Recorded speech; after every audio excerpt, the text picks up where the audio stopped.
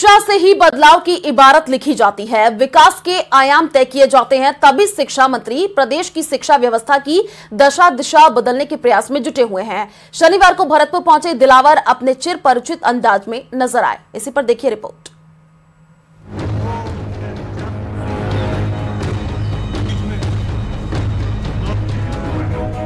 प्रदेश के पंचायती राज और शिक्षा मंत्री पुराना ढर्रा बदलने के लिए बेताब है।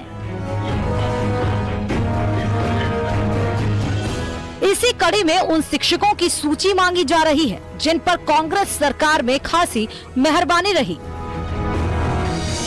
एक्शन में मंत्री मदन दिलावर, लापरवाही नहीं होगी बर्दाश्त, लाभ लेने वालों की सूची हो तैयार।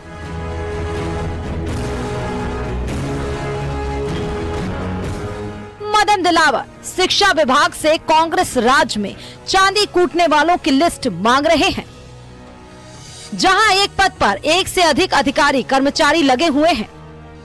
जिन स्कूलों में 5 से कम उर्दू के छात्र हैं, उर्दू अध्यापक का पद खाली है।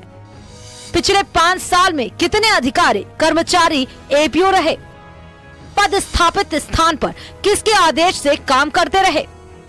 दूसरे विभागों में डेपुटेशन पर लगे अफसरों कर्मचारियों की सूचना, कितनों को एक से अधिक पदों का कब कब कार्यभार दिया गया, 2 बार से अधिक तबादला झेलने वालों की सूची, रिटायरमेंट के बाद दोबारा रखे गए अफसरों कर्मचारियों का ब्यौरा। मदन दिलावर लापरवाहों को बार बार चेतावनी दे रहे हैं, आदत सुधारिए या अंजाम के लिए तैयार रहिए। शनिवार को मदन दिलावर भरतपुर दौरे पर रहे। कलेक्ट्रेट सभागार में शिक्षा और पंचायत राज मंत्री मदन दिलावर ने संभाग स्तरीय बैठक ली और अधिकारियों और कर्मचारियों को पुराना ढर्रा छोड़कर नए सिरे से काम में जुट जाने का निर्देश दिया। अपना कार्यालय सक्षम अधिकारी की अनुमति के बगैर नहीं छोड़े। आप जो भी सक्षम अधिकारी हो उसके बिना अनुमति के न छोड़ें। शिक्षा मंत्री ने शिक्षकों को पढ़कर स्कूल आने का आदेश दिया। शिक्षकों को पढ़कर आना चाहिए।